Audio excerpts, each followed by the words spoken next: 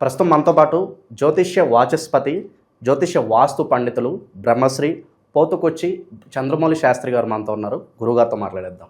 నమస్కారం గురుగారు. జై శ్రీరామ్. ఓం శ్రీమాత్రే నమః. గురుగారు, హనుమాన్ చాలీసా చాలా శక్తివంతమైనది. అయితే ప్రజలకు చాలా సందేహాలు ఉంటాయి. అసలు గురుగారు, ఈ హనుమాన్ చాలీసా మనం ఏ విధంగా చదవాలి? డైలీ మనం ఎన్నిసార్లు పారాయణ చేసుకోవాలి? కొంతమంది 21 రోజులు చేస్తారు, 41 రోజులు చేస్తారు. చాలామందికి సందేహాలు ఉంటాయి. ఎటువంటి సమస్యలు ఉన్న వాళ్ళు ఈ హనుమాన్ చాలీసా చదువుకోవాలి? మరి ఫలితం ఏ విధంగా ఉంటుంది? సో మీ మాటలో వివరించండి గురుగారు. శ్రీరామ రామ రామేతి రమే రామే మనోరమే సహస్రనామ తత్తుల్యం రామనామ వరాననే. జై శ్రీరామ్, జై శ్రీరామ్, జై శ్రీరామ్. ఓం హ్రీం హనుమతే నమో నమః. ఇక తప్పకుండా ప్రేక్షకులకి ముఖ్యంగా హనుమంతుడి గురించి మనం చెప్పక్కర్లా. హనుమాన్ అని పేరు వినంగానే అడుగుతున్నందుకు మీలో కానివ్వండి, విన్నందుకు నాకు చెప్పటానికి కూడా సాక్షాత్ హనుమంతుడు వస్తేనే మనం చెప్పగలుగుతాం. ఎందుకంటే అసలు శ్రీరామ అనే మాట వినంగానే హనుమంతుడు వచ్చి ఇట్లా కూర్చుంటాట. అంటే మీకు తెలియందని కాదు, అతి భక్తివంతులు ఎవరయ్యా అంటే భక్తికి మారు పేరు హనుమంతుడు. ఆయనే నిదర్శనం. మరి అలాంటిది మీరు అడగటము, భక్తులకి సరైనటువంటి వ్యవహారము ఏ విధంగా చేయాలి, అసలు హనుమంతుడి యొక్క చాలీస విశిష్టత ఏంటి మనం చెప్పగలిగితే కనుక, ముఖ్యంగా ఈ హనుమాన్ చాలీస ఎవరైనా ప్రారంభం చేయాలి, విడిగా చదవటం వేరండి. ఇప్పుడు మనకి కొంతమందికి గ్రహస్థితి లోపం ఉంటుంది, అంటే బాలారిష్ట దోషాలను ఉంటాయి. పుట్టిన రోజు నుంచి 12 సంవత్సరాల లోపల 4 సంవత్సరాలు 3 పాటలు చేసి తల్లి తండ్రి ఈ బిడ్డ చేసినటువంటి పూర్వ జన్మలో చేసిన కర్మ అరిష్టాలను అనుభవించేటప్పుడు గ్రహస్థితిలో ఏ గ్రహాలు ఎక్కడ ఉన్నాయి, మార్గదశలు ఏంటి, ఏ గ్రహాలు వీళ్ళని, అంటే ఒకటండి మార్గం అంటే ఏంటంటే ఎన్నో ఇబ్బందులు, ప్రమాదాలు, సమస్యలు, గండాలు, ఇవన్నీ కూడా చదువులో విఘ్నాలు, ఎప్పుడు అనారోగ్యంగా ఉండటము, ఈ మధ్యలో ఏలినాడు శని అష్టమ శనులు వస్తూ ఉంటాయి పుట్టిన వాళ్ళకి. కొంతమందికి వారికి ఏదో రకమైనటువంటి గండాలు ప్రత్యక్షం అవుతూ ఉంటాయి. అందుకని చాలా వరకు విడిగా కూడా మీరు అడిగినట్టుగా ఒక వయసు వచ్చిన తర్వాత 15 సంవత్సరాల తర్వాత ఉన్నతమైనటువంటి చదువుకి 10వ తరగతి తర్వాత బీన్ అవుతుంది సిస్టమ్ అంట. 10వ తరగతి నుంచి విద్యార్థులకి ముఖ్యంగా వారికి ఏంటంటే జాతకంలో కొన్ని శని దోషాలు ఉంటాయి, దశలు, అంతర్దశలు. అట్లాగే కొంతమంది రాసుల వారికి ఇందాక మనం అనుకున్నట్టుగా శనిగ్రహానికి సంబంధించిన ఏలినాటి అష్టమ, అర్ధాష్టమ, వేధాశనులు. ఈ శని దోషాల వలన వీరికి మానసికంగా చర్యల్లో చాలా తేడాలు, లోపాలు ఉంటాయి. అంటే వారు ఏదో చదువుకోవాలనుకుంటారు, ఉన్నట్టుండి ఈ శని భగవానుడి యొక్క దృష్టి కావచ్చు, ఆయన వలన కావచ్చు చదువులో ఆలస్యము, వీరికి ఏదన్నా అనుకుంటే బుద్ధిమాంద్యం కలగటం, లేకపోతే ఆ శని ఉన్నటువంటి రాశుల రీత్యా వేరే దారిలోకి వెళ్ళటము, ఫ్రెండ్స్ అని, లేకపోతే ప్రయాణాలు చేయటము, రకరకాల మానసిక విపర్య చర్యల వలన వీరికి చదువు ముందుకు వెళ్ళదు. కొంతమందికి వివాహ విషయంలో వారికి జాతకరీత్యా పునర్భూ దోషం అని ఉంటుందండి. అంటే కొన్ని రాశుల వారికి, కొన్ని నక్షత్రాల వారికి చంద్రుడికి శనికి లింకు ఏ విధంగా ఉండకూడదు, సంబంధం. అంటే శని నక్షత్రాల్లో చంద్రుడు, చంద్ర నక్షత్రాల్లో శని, శని చంద్రుడిని చూసినా, చంద్రుడు వెళ్ళి శని ఇంట్లో ఉన్న, కొంతమందికి మకర కుంభరాశుల వాళ్ళకి చంద్రుడు శని ఇంట్లో ఉంటాడు.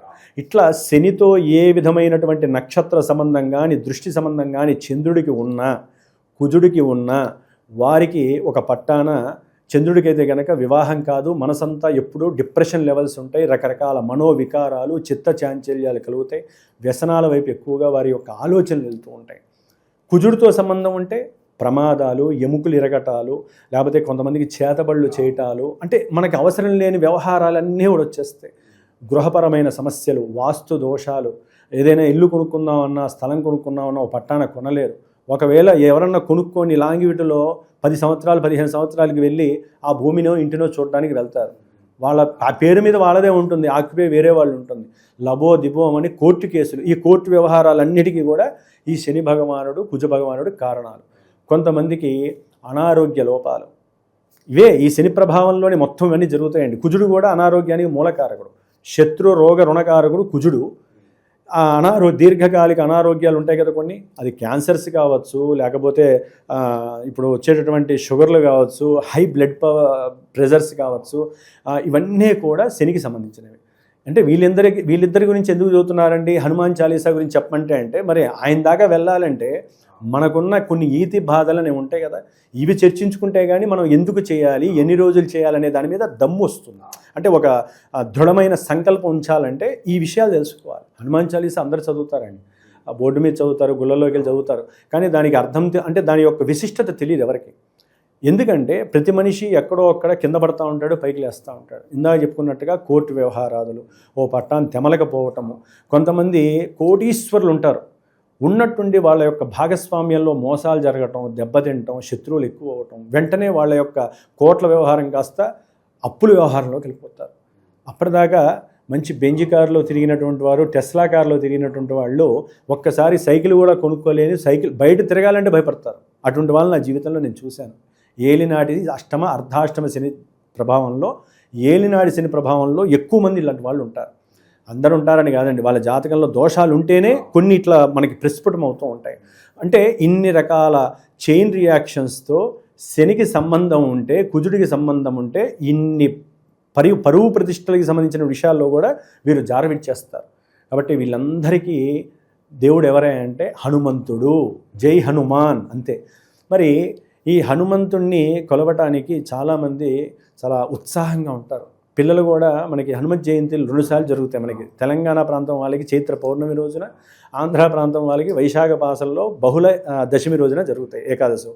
కాబట్టి ఇప్పుడు ముఖ్యంగా పుష్యమాసంలో కూడా అండి రాముల వారికి పూజ చేస్తారు కదా, కంపల్సరీ హనుమంతుడికి కూడా పూజలు, అభిషేకాలు, ప్రసాదాలు, హనుమాన్ చాలీసాలు ఇవన్నీ కూడా ధనుర్మాస పూజలు అంటారు. హనుమంతుడికి కోకొల్లలుగా చేస్తారు.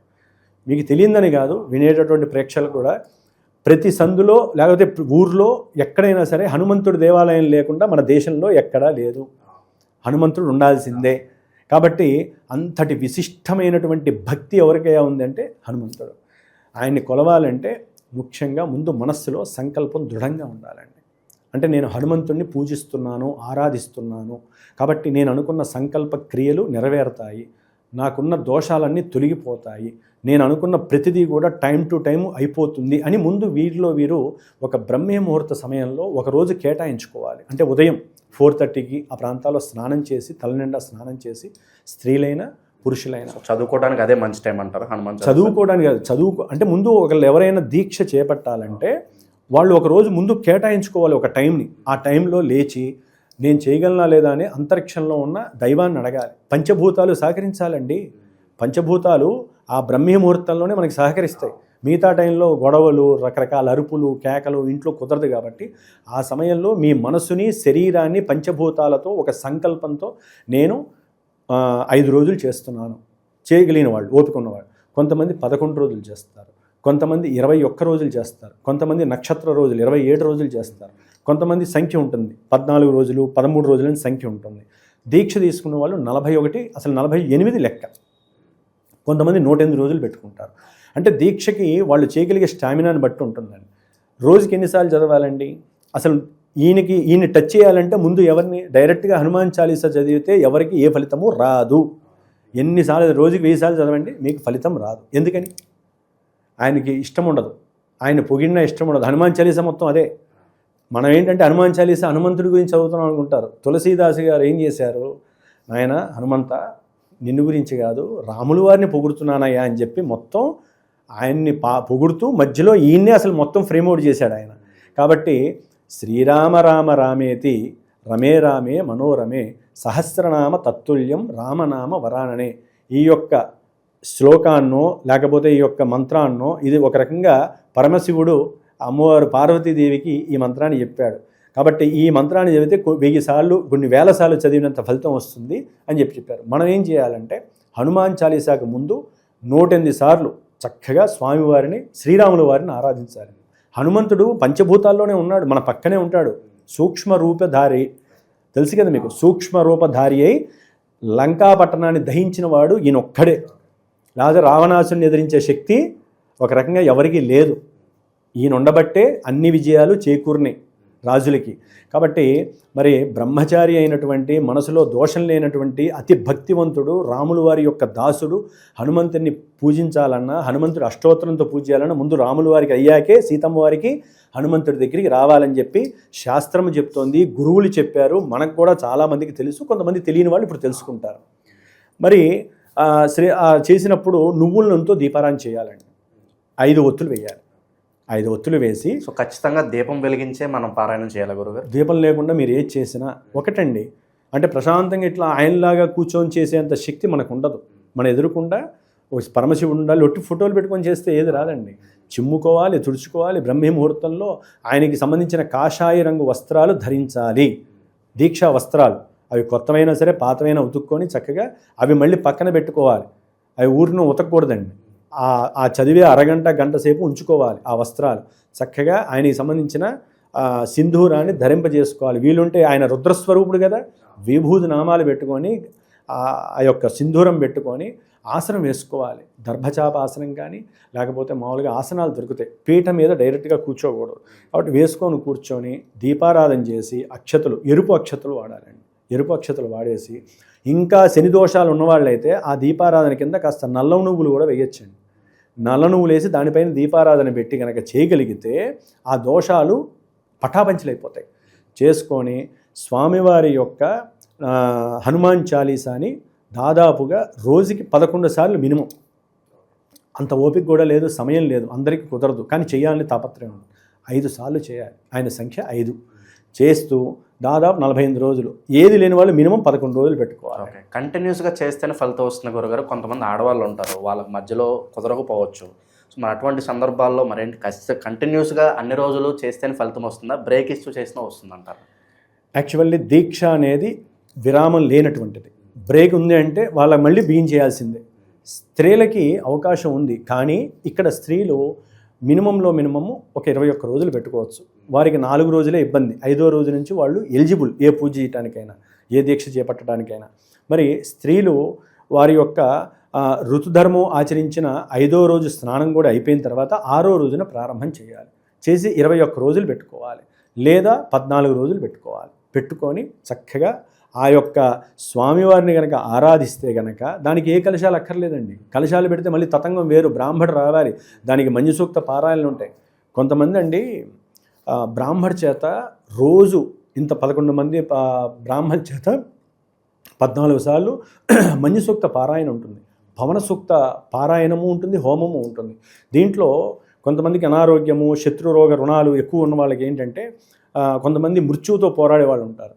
వారి పేరు మీద మంజు సూక్త పారాయణ చేశాక జపం ఉంటుంది. ఓం ధన్వనాగా ధన్వనా జింజయేమ ధన్వనా తీవ్ర సమధో జయేమ ధనుష్యత్రో రపకామం కృణోతి ధన్వన సర్వా పరిశో జయేమ. అంటే శత్రుబాధ నివృత్తి కోసం మామూలుగా ఇది ఈ మంత్రపూర్వకంగా మేము చేసేది. మరి సామాన్యులు మర్కటేశ మహోత్సాహ సర్వ శనిగ్రహ నివారక లేదా సర్వ నవగ్రహ నివారక శత్రు సంహార మాం రక్ష శ్రియం దాపయమే ప్రభో హనుమాన్ అని చెప్పుకుంటారు. ఇంకా మాలాంటి వాళ్ళు మళ్ళీ బ్రాహ్మణం కానీ లేకపోతే పురోహితులు కానీ కాస్త అనుష్ఠాన బలం ఉన్నవాళ్ళు ఓం నమో భగవతే ఆంజనేయాయ మహాబలాయ నమ స్వాహ అనేటటువంటి ఈ బీజాక్షర సంపుటిని చక్కగా హనుమాన్ చాలీసాకి లింకు పెట్టి చదువుతారు. గురుగారు, ఇప్పుడు మనకు ఒక్కొక్కరికి ఒక్కొక్క సమస్య ఉంటుంది. కొంతమంది ఆర్థిక సమస్యలు, కొంతమందికి కుటుంబ సమస్యలు ఉంటాయి. సో ప్రతి ఒక్క సమస్యకి అందులో మంత్రాలు ఉంటాయా? అంటే ఒకటండి, సమస్య ఏదైనా పరిష్కారం ఒకటే. ఎందుకంటే అన్ని సమస్యలకి హనుమాన్ చాలీసా అంటే మిగతా దేవుళ్ళ పూజలు చాలా ఉంటాయి కదా. మెయిన్ ఇదేంటంటే ఇందాక ఫస్ట్లో చెప్పాను కదా, శత్రు నివృత్తి. శత్రువులు అంటే ఎవరండి? ఎదురుకుండా కనిపించేవాళ్ళు. ఒకప్పుడు మిత్రులైన వాడే శత్రువు ఉంటాడు, ఇప్పుడు మిత్రువుగా ఉన్నవాడు శత్రువు అవ్వచ్చు, లేకపోతే నువ్వే వాడిని శత్రువుగా చేసుకోవచ్చు. ముందు హనుమాన్ చాలీసా ఎందుకు చదవాలంటే అండి, మనలో ఉన్నటువంటి కామ క్రోధ లోభ మోహ మద మాత్సర్యాలని 6 అరిషడ్వర్గాలు శత్రువులు, అంతర్గత శత్రువులు. వీటిని దాడి మనం బయటకు వస్తే మీరు శత్రువు మిత్రువు నాకు తెలుస్తుంది. ఆ సూక్ష్మ జ్ఞానం రావాలంటే ముందు మనం చెప్పే సంకల్పం ఎంత గొప్పగా ఉండాలంటే అండి, సింధూరపు అక్షతలు. ఆ సింధూరపు అక్షతలు కూడా ఆవు నెయ్యి వేసి తయారు చేసుకోవాలండి. ఓన్లీ ఆయనకి సింధూరపు అక్షతలతోనే పూజ చేయాలి. రాముల వారి ఫోటో పెట్టాలి, హనుమంతుడిని కూడా ఫోటో పెట్టుకొని వాళ్ళ ముందే దీపారాధన చేయాలి. ఆ అక్షతలు పక్కన డబ్బాలో కలిపి పెట్టుకోవాలి. అవి చేతిలో పట్టుకొని ఈ పారాయణ హనుమాన్ చాలీసా ఒక రకంగా పారాయణ లాంటిదే. బిగిన్ చేసేటప్పుడు శ్రీరామం బిగిన్ చేసేటప్పుడే వాళ్ళ కోరికను మనసులో చెప్పుకోవాలి. అంటే అంతరిక్షానికి పంచభూతాలకి చెప్పుకోవాలి సంకల్పము. అది మాలాంటి వాళ్ళని అడిగిన చెప్తారు, లేకపోతే వాళ్ళైనా సరే వాళ్ళ కోరిక, అయ్యా నాకు ఈ విధంగా అనారోగ్య సమస్యలు ఉన్నాయి, లేకపోతే నాకు చదువులో ఆటంకాలు వస్తున్నాయి. కొంతమంది భార్యాభర్తలు ఊరికనే పాపం వాళ్ళకి సమస్యలు వస్తూనే ఉంటాయి కుటుంబంలో. ఇవి కూడా ఇవేనండి, ఎన్నో సమస్యలు ఉంటాయి. ముఖ్యంగా భార్యాభర్తల సమస్యకి హనుమాన్ చాలీసా పారాయణ విశేషమైన ఫలితాన్ని ఇస్తుంది. ఏమంటే రాములు వారు సీతమ్మ వారినే కలిపినటువంటి మహానుభావుడు, అతి భక్తిమంతుడు ఎవరై అంటే హనుమంతుడు. అంతకు మించిన స్టోరీ ఇంకేముంది? రామాయణం మొత్తం హనుమంతుడే. మరి చేసుకొని ఇద్దరు వీలుంటే కనుక భార్యాభర్తల మధ్య సమస్య ఉంటే కోర్టులకి లాయర్ల దగ్గరికి వెళ్ళి డబ్బులు వదిలించుకోకూడదండి. మనలో మనో అహంకారము, గర్వము, దర్పము ఎవరిలో ఉంటేనే వాళ్ళు కీచులాడుకుంటూ ఉంటారు. అవి ఏమవుతుందంటే స్ప్రెడ్ అయిపోతుంది, దూరం అయిపోతారు.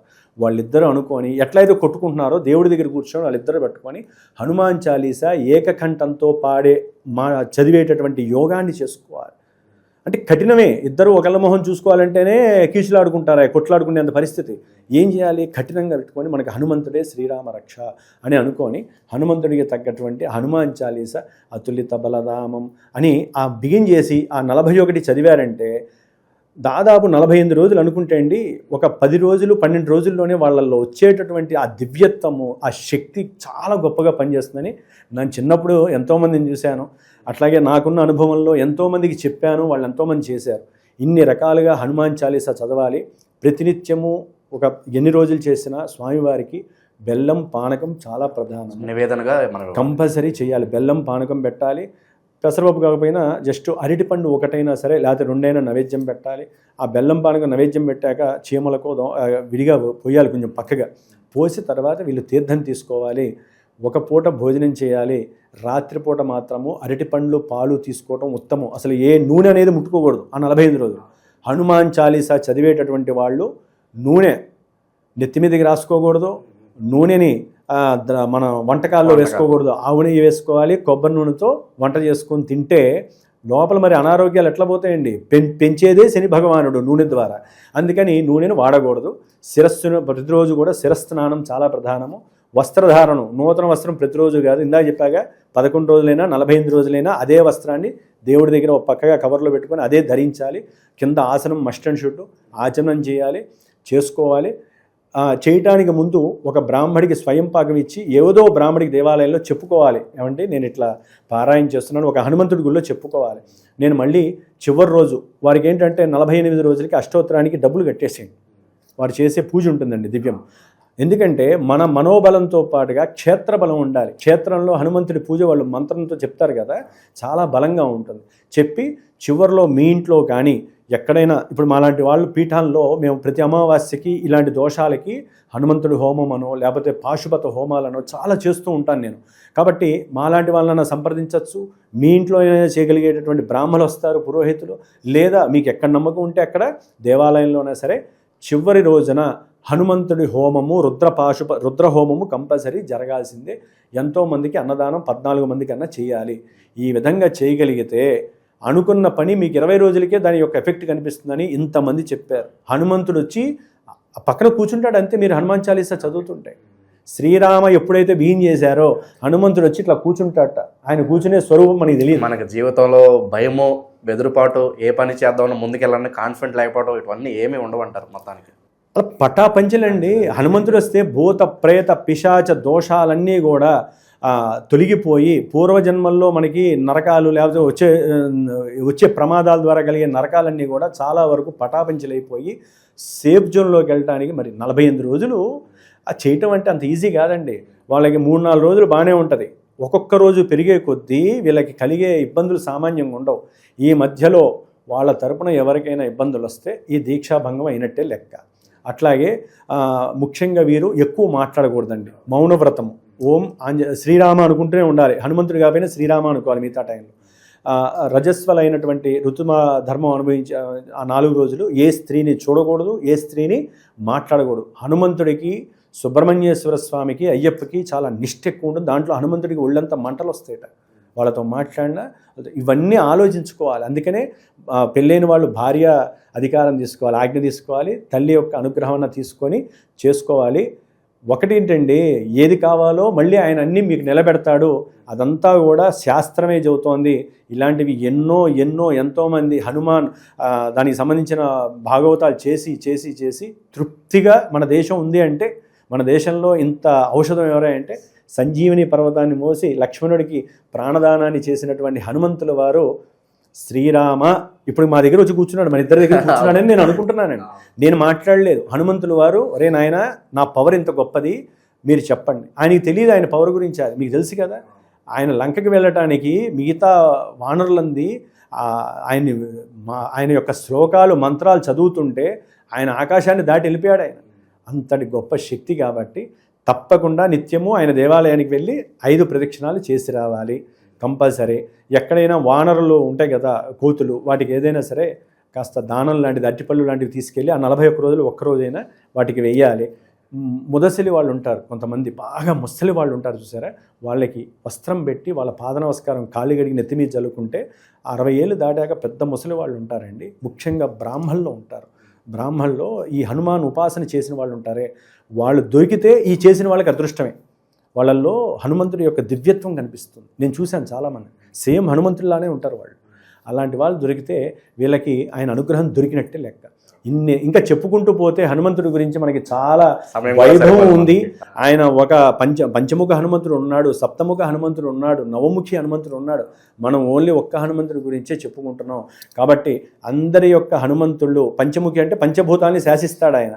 కాబట్టి ప్రతిరోజు కూడా వాళ్ళు హనుమాన్ చాలీసా, శ్రీరామరామేతో పాటుగా హనుమంతుడి అష్టోత్తర పూజ, రాములు వారు సీతా అమ్మవారి యొక్క అష్టోత్తరము, హనుమంతుడి అష్టోత్తరం చేసి ధూప దీప నివేదన అంటే అన్నాలేం పెట్టక్కర్లేదు.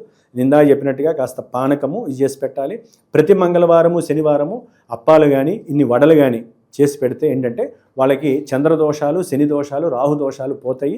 అది వాళ్ళకి వేరే వాళ్ళకి పెట్టి వీళ్ళు తినాలి. కాబట్టి ఈ విధంగా చేసుకోవటం, హనుమాన్ చాలీసా 48 రోజులు 11 రోజుల పారాయణ అత్యంత విశిష్టమైనటువంటిదని మనం నొక్కి వక్కానించి చెప్పచ్చు. ఆయన అనుగ్రహం తప్పకుండా కలుగుతుందని హ్యాపీగా చెప్పచ్చు. హనుమాన్ చాలీసా గురించి, దాని విశిష్టత గురించి ఎంతో గొప్పగా వివరించారు గురుగారు. ఎవరైతే పారాయణ చేద్దాం అనుకుంటున్నారో, దీక్ష తీసుకుందాం అనుకుంటున్నారో వాళ్ళందరికీ కూడా ఎంతగానో ఉపయోగపడుతుంది. ధన్యవాదాలు. జై శ్రీరామ్. హనుమతే నమః.